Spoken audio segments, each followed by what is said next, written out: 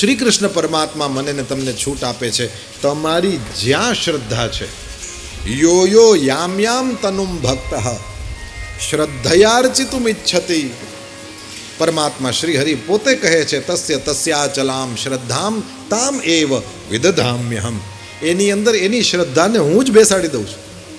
શ્રદ્ધા છે ને એ મહત્વનું છે. પછી તો હું જ સમજાવી દઈશ કે કયું શું સત્ય છે શું નહીં. વરસાદ ગમે ત્યાં પડે, છેલ્લે દરિયામાં જાય. સર્વદેવ નમસ્કારમ કેશવમ પ્રતિગચ્છતિ, પાણી ગમે ત્યાં વરસે.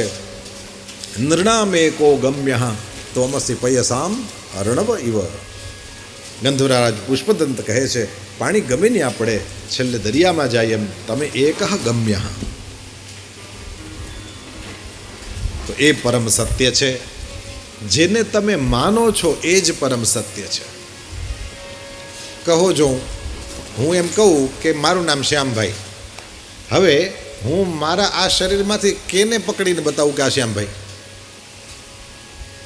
આનું નામ શ્યામભાઈ? તો કે નહીં, આને તો આપણે હાથ કહીએ, આ તો પગ છે, આ તો ફેસ છે, આ તો વાળ છે કે માથું છે, આ તો પેટ છે. હવે તમે આમાં શ્યામભાઈ ક્યાં? તો કે નહીં, આ બધું ભેરું થાય એનું નામ શ્યામભાઈ. એકલો પકડાતો નથી ને, બધું ભેરું થાય એનું નામ છે શ્યામભાઈ. આનો મતલબ શું થયો? એ બધું ભેગું થાય એનું નામ છે પરમ સત્ય. એ જ સત્ય નારાયણ છે. હવે તમે કલ્પના કરો જોઈએ, આપણે સત્ય શબ્દનો અર્થ સાચું બોલવા પૂરતું રાખ્યું છે. હકીકતમાં સત્યનો અર્થ છે સંપૂર્ણ વિશ્વની રચના કરનારો, સંપૂર્ણ વિશ્વનું પાલન કરનારો, સંપૂર્ણ વિશ્વને પોતાની અંદર મેળવી દેનારો કે દેનારી, એ પરમ સત્ય છે.